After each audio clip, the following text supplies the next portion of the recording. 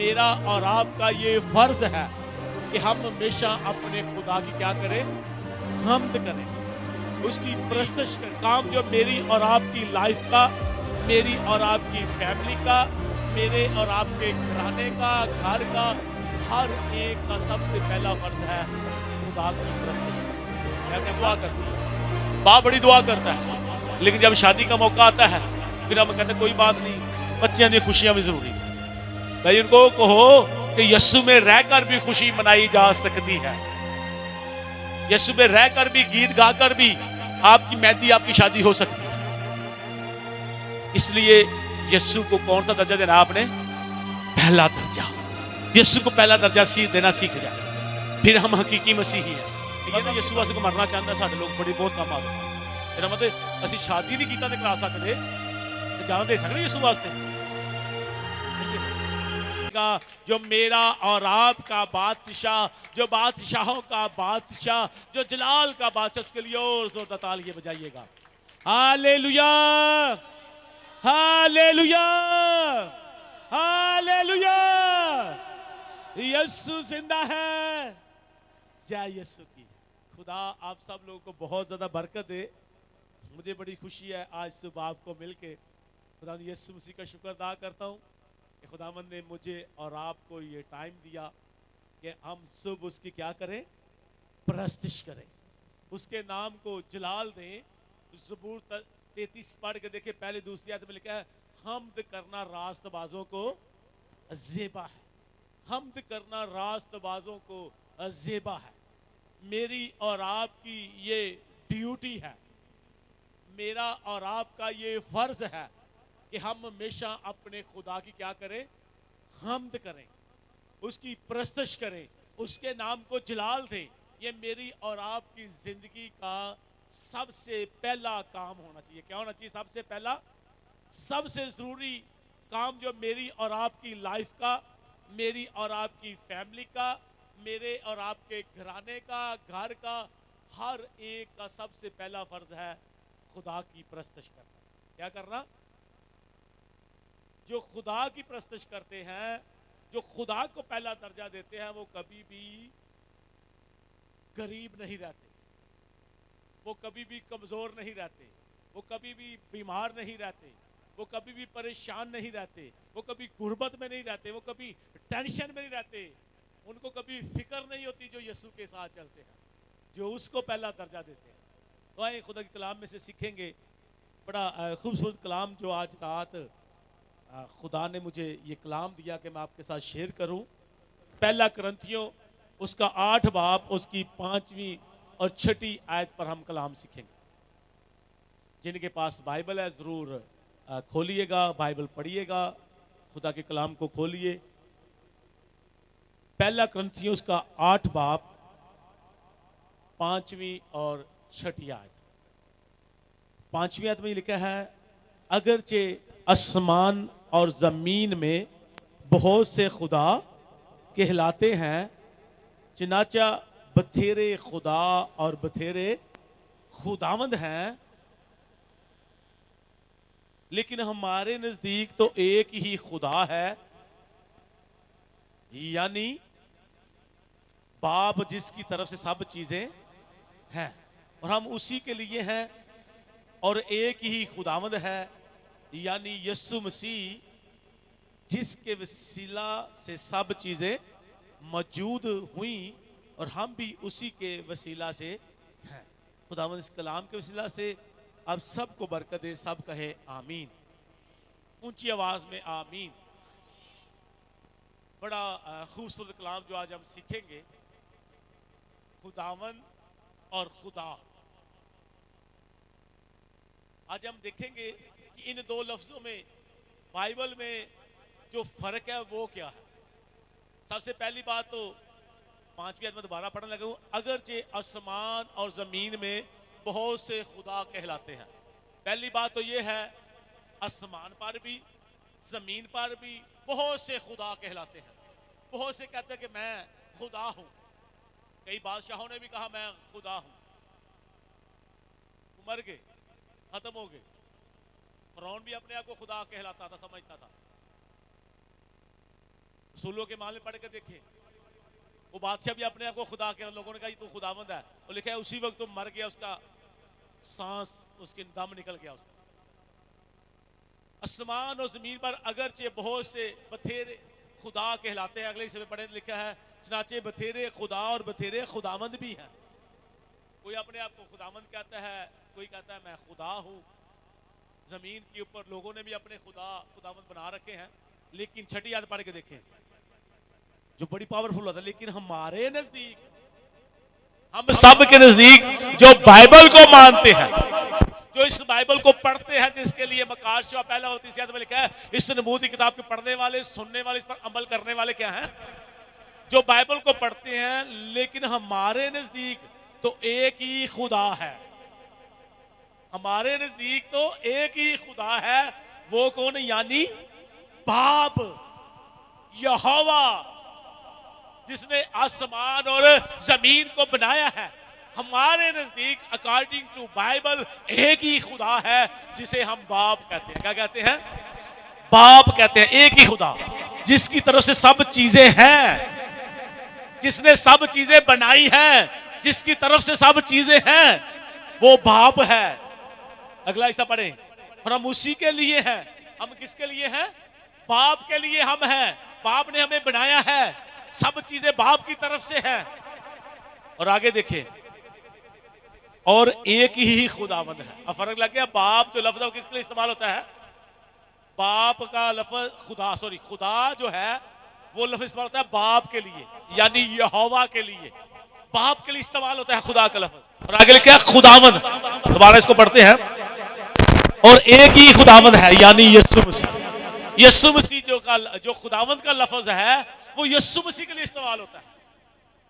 और पुराने नामे में पढ़ के देखें तो ज्यादा लफ्ज इस्तेमाल खुदा का इस्तेमाल हुआ, क्योंकि वो बाप का दौर था।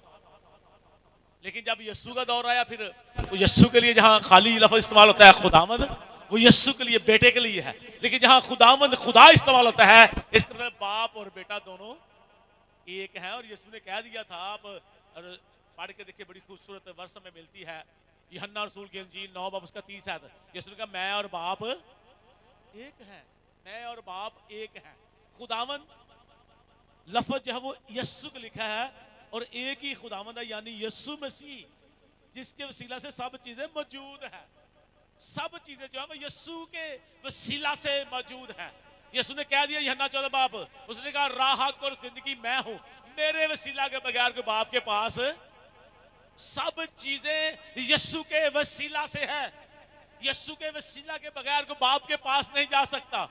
खुदा लफ्ज बाप के इस्तेमाल होता है, खुदावंद यीशु मसीह के लिए इस्तेमाल होता है। अगर आप बाप से मिलना चाहते हैं तो फिर यीशु में से होकर, यीशु राह हक और जिंदगी है, वो बाप के पास लेकर जाता है। उसने कहा मेरे वसीला के बगैर कोई बाप के पास, यीशु के बगैर सारी कौमें, बड़े लोगों ने खुदा बनाए हुए हैं इस दुनिया में। लिखा है आसमान पर बड़े तेरे खुदा है, जमीन पर लोगों के बड़े खुदा है। लोग अपने आप को खुदा कहलाते भी हैं, लेकिन हमारे नजदीक एक ही खुदा यानी बाप है, और एक ही खुदावंद है यानी यीशु मसीह।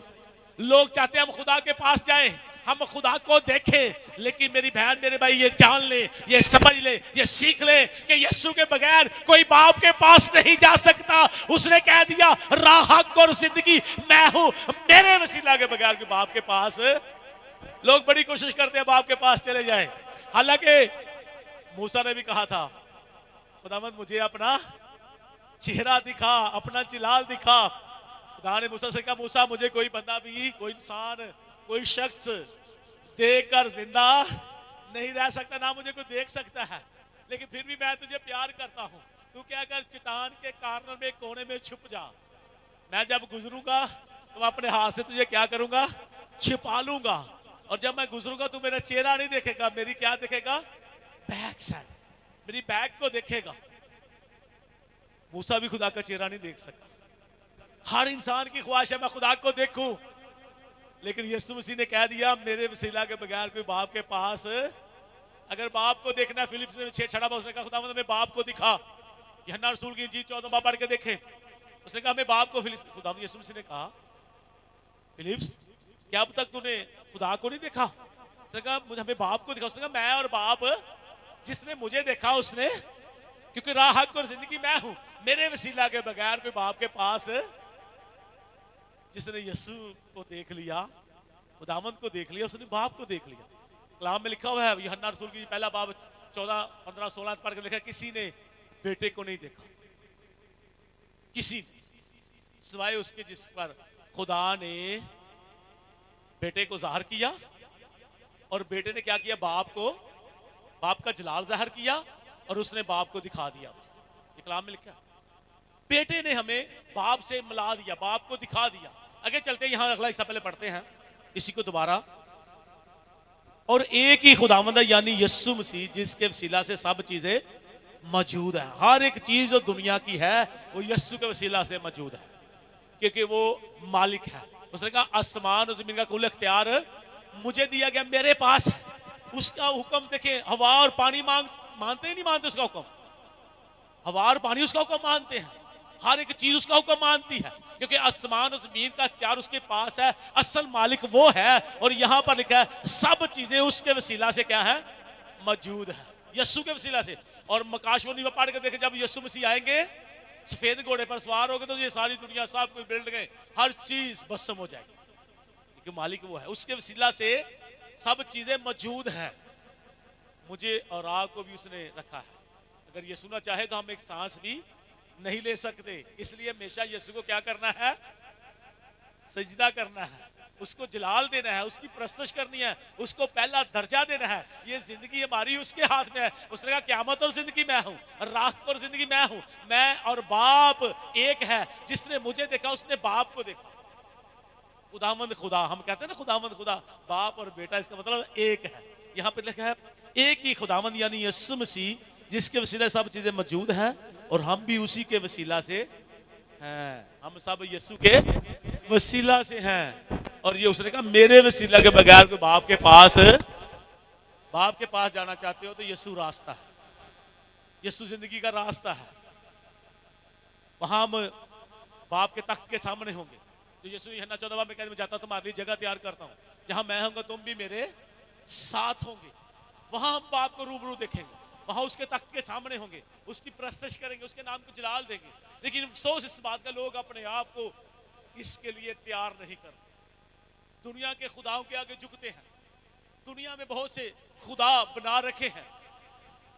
वो कैसे? अगर आप किसी चीज को यीशु से ज्यादा पहला दर्जा देते हैं, इसका मतलब आप उसको खुदा के मुकाबले लाकर खड़ा करते हैं। आपके घर में मेहमान आ गए, आप चर्च नहीं आए, इसका खुदा से ज्यादा इज्जत आपने किसको दी है? किसको दिया इज्जत? बोले अब क्यों आवाज क्यों निकलती? किसको ज्यादा इज्जत दे दी है? मेहमानों को। तो फिर आपका खुदा कौन बन गया? आपने यीशु को इज्जत नहीं दी। यीशु की वो इसलिए वो कहता है देख मेरे दरवाजे पर खड़ा हुआ क्या करता हूं मैं, खटखटाता हूं, जो अपना दरवाजा खोले के मंदिर उसके साथ खाना खाऊंगा। हम उसको पहला दर्जा देते ही नहीं। हम तो मेहमानों के लिए दरवाजे खोलते हैं, दिल का दरवाजा मेहमानों के लिए। यीशु ने इसलिए कहते ये लोग मुंह से मुझे आए खुदावंद कहते दिल मुझसे क्या है। अब देख लिया, फैसला आप कर ले, मैं नहीं कर रहा, मैं तो आपको बाइबल की बातें बता रहा हूं। मेहमान आ गए हैं, आज हमने चर्च नहीं आना, पहला काम ये है। और कोई नहीं मेहमान बारे सोचना, आज चर्च नहीं जाना, मेहमान आ गया। जे कितने मेहमान जाना तो फिर भी कहना आज चर्च नहीं जाना, लेट हो जावांगे। पहले की करिए, मैं आपको छोटी सी गवाही, यीशु को पहला दर्जा देना। क्या करना यीशु को? मैंने भी 3 जगह पे जाना, पहले तो आया हूँ ना चर्च। अभी मैंने कोट राधा कृष्ण बावे वाला जाना है, वो 2 घंटे का सफर जाने 2 आने में, वहां बात करवा के आनी है। फिर शाम को मैंने भी वलीमे पे जाना है। लेकिन इसका मतलब वलीमा शाम को चर्च अभी ना आए, ये तो कोई मकसद नहीं है, यह है काम। अगर आप ऐसा करते हैं तो पहला दर्जा किसको दे रहे हैं आप? अपने मेहमानों को, अपने यीशु को नहीं। इसका मतलब आपने खुदा तो उसको बना लिया। भाई बरकत लेना चाहते हो तो पहला दर्जा किसको देना है? यीशु को। कुछ भी हो जाए चर्च आना है। बाहर हो गया फिर भी चर्च आए।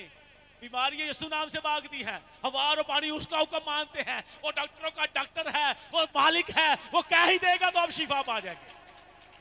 डॉक्टर तो आपको इंजेक्शन लगाएंगे, ड्रिप्स लगाएंगे, इतनी ज्यादा मेडिसिन भी दे देंगे, ये हफ्ता ये खानी है, एक और भी नुकसान आपको करेंगे। अब बड़े लोगों को चावल पसंद होते हैं, मुझे भी चावल बड़े पसंद है, तो वो कह देंगे आपने चावल नहीं खाने। कई आलू वाले परोठे बड़े पसंद होते हैं, सादा परोठे बड़े पसंद है। डॉक्टर कहता है आपने पराठा भी नहीं खाना। आपका नुकसान हो गया ना। तो यीशु के पास आओ, ना पैसे देने पड़ेंगे, डॉक्टर पैसे भी ले लेते हैं आजकल तो, फौरन बिल बन जाता है 5,000 रुपए का, ऐसे 2,000 तो पक्का है ना, 5,000 रुपया देना डॉक्टर को, दवाइयां भी खानी है, इंजेक्शन भी लगवाने हैं, ड्रिपें भी लगवानी है, चावल भी नहीं खाने, पराठे भी नहीं खाने, भूखे भी रहना है, दवाई भी 3 टाइम खानी है, पैसे भी देने नुकसान। तो यीशु के पास आ जाओ, मुफ्त शिफा पा जाओ। क्या कर जो ते खाओ भी सब कुछ, उसने के सारी चीजें क्या रखी हैं, तेनू चंगिया चीजा नाल। तो फिर किसको पहला दर्जा देना, मेहमानों को, डॉक्टर को या यीशु को? फैसला कर लो, किसकी प्रस्तुत करोगे, करो फैसला, किसकी करोगे, देख लें किसकी। डॉक्टरों के पास जाना अच्छा है या यीशु के पास आना अच्छा है? मेहमानों को पहला दर्जा देना जरूरी है या यीशु को पहला दर्जा देना? हाथ उठाकर मुझे बताइएगा, मेरे साथ रहिएगा, किसको पहला दर्जा देना है, किसको पहला दर्जा देना है? कहे खुदावंद यीशु, हाथों को उठाए रखिएगा। खुदावंद यीशु, आज के बाद मैं तेरी बेटी तेरा बेटा हूं, आज के बाद मेरी जिंदगी में, मेरी फैमिली में, मेरे घर में, कहिएगा मेरे साथ, मेरे घर में पहला दर्जा तुझे दिया जाएगा, पहला दर्जा तुझे दिया जाएगा, पहला दर्जा तुझे दिया जाएगा। तालियां बजाइएगा मेरे यीशु के लिए। अगर आप ऐसा करेंगे, आपको बता दूं, ना तो आपके घर में कोई बीमार होगा, ना कोई कमजोर होगा, और ना ही आप कभी बेरोजगार होंगे, ना ही आप कर्ज की लानत के नीचे आएंगे, बल्कि आप खुशहाल हो जाएंगे, बहाल हो जाएंगे। क्योंकि आप किसको पहला दर्जा दे रहे हैं? जो यीशु को पहला दर्जा देते हैं, यीशु उनको पहला दर्जा देता है। ये बाइबल बताती है। देखिए उस औरत को, हालांकि उसने पुकारा, उसने भी यीशु ही था, खुदावंद। मत्ती रसूल की इंजील 15 बाब 21-28 है, गुनाहनी औरत है, गैर कौम से है, यीशु को पीछे से पुकार रही है, यीशु ऐ इब्ने दाऊद, ऐ खुदावंद, उसने खुदावंद का लफ्ज इस्तेमाल किया, ऐ यीशु, ऐ इब्ने दाऊद, ऐ खुदावंद, मुझ पर क्या कर। वो गैर कौम यीशु को पुकार रही है, खुदावंद कह रही है, इब्ने दाऊद कह रही है। यीशु ने उसको कहा, वो बोल रही है, बार बार चला रही है, ऊंची ऊंची चला रही है। शागिर्दों ने कहा, खुदा इसको रुखसत कर। यीशु ने कहा, यह मुनासिब नहीं कि लड़कों की रोटी लेकर कुत्तों को डाली जाए। इसका मतलब यीशु पहले अपने बेटों की, बेटियों की फिक्र करते हैं, पहले उनको याद रखते हैं, पहले उनके लिए ब्लेसिंग को डिलीवर करते हैं। लेकिन उस औरत ने जब ये सुना तो वो और जोर से पुकारी, यीशु ऐ इब्ने दाऊद, मुझ पर रहम कर। जब यीशु ने ये बात कही उससे कि मुनासिब नहीं कि लड़कों की रोटी लेकर कुत्तों को डाली जाए, उस औरत ने क्या कहा, हाँ खुदावन, कुत्ते भी मालिक की मेज से गिरे हुए टुकड़ों से क्या करते हैं अपना।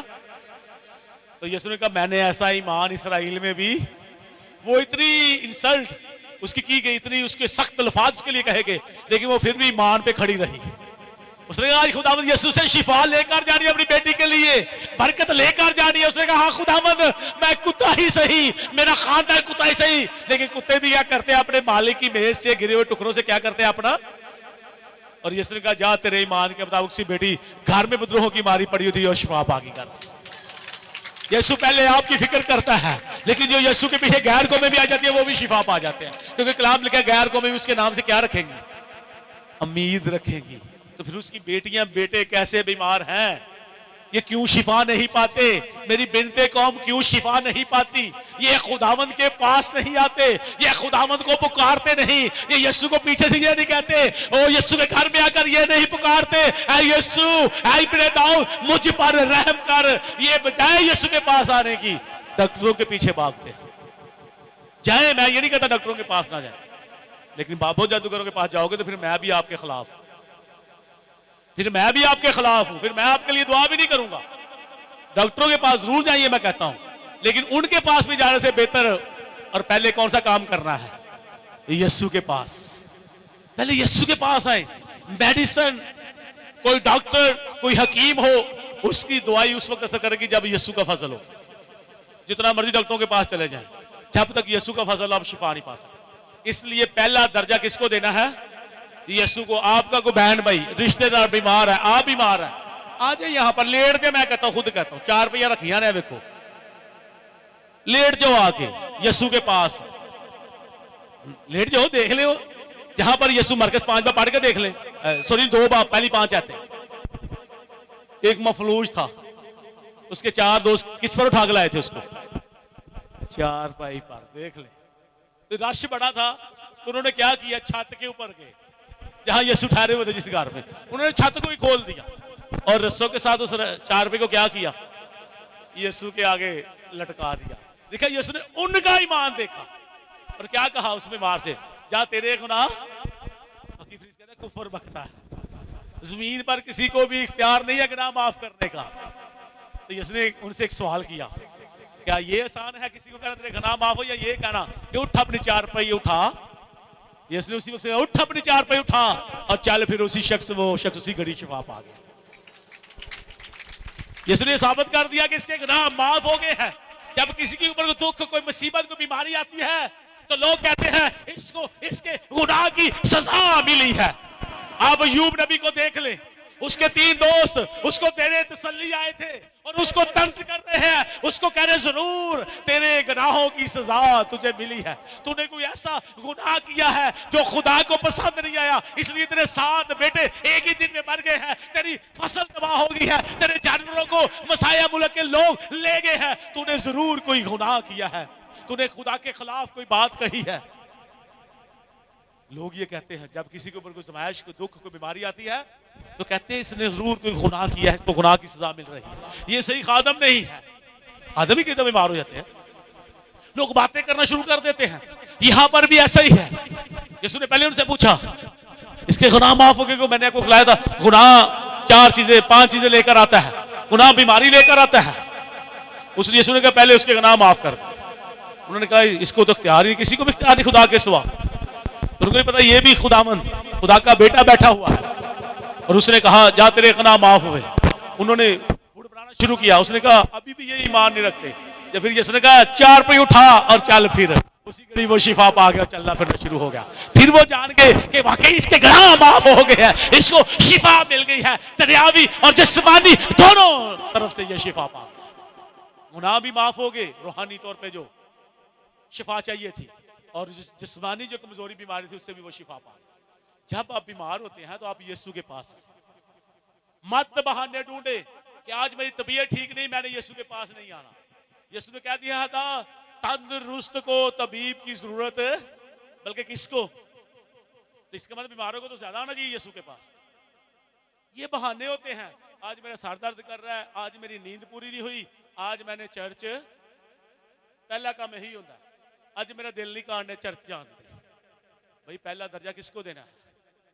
यीशु को। हमारा खुदावंद यीशु है, खुदा हमारा बाप है, हम दोनों की प्रस्तश करते हैं। यीशु का मैं और बाप, जिसने मुझे देखा उसने बाप को देखा। बाप को देखना चाहते हो, बाप के पास जाना चाहते हो, तो यीशु रास्ता है, वो खुदावंद है, वो हमारा बचाने वाला, निजात दहिंदा, शाफी है। जब आप उसके पीछे चलेंगे तो हमेशा की जिंदगी के वो वारिस बन जाएंगे। मैं सिर्फ एक ही बात आपको सिखाना चाहता हूं, हमेशा पहला दर्जा यीशु को दिया करें। अपनी फैमिली में हो, अपने किसी प्रोग्राम में हो, जहां भी हो, पहला दर्जा किसको देना है? यीशु को। हम शादी ब्याह में, खुशियों में यीशु को भूल जाते हैं। क्या करते हैं? एक छोटी जी दुआ, एक गीत, ते बाद जो सारी रात गाने ते मेहंदी। ये पहला दर्जा किसको दिया हमने? नहीं, पहला दर्जा यीशु ने दिता है, दुआ पहले की थी। ऐसा ही है ना। और मैं देख लें आप इधर ही रहते हैं, वो सारियां मेरी लड़ाइयां होंगी ने, शराब पी के बाद लड़ाई हो। क्यों? क्योंकि शैतान को दावत दी हुई है। शैतान आता है, वो कहता है फिर अच्छा मैं भी दिखाता हूं, यीशु ने पहला दर्जा तुसीं दे लिया, तुसीं जो करना।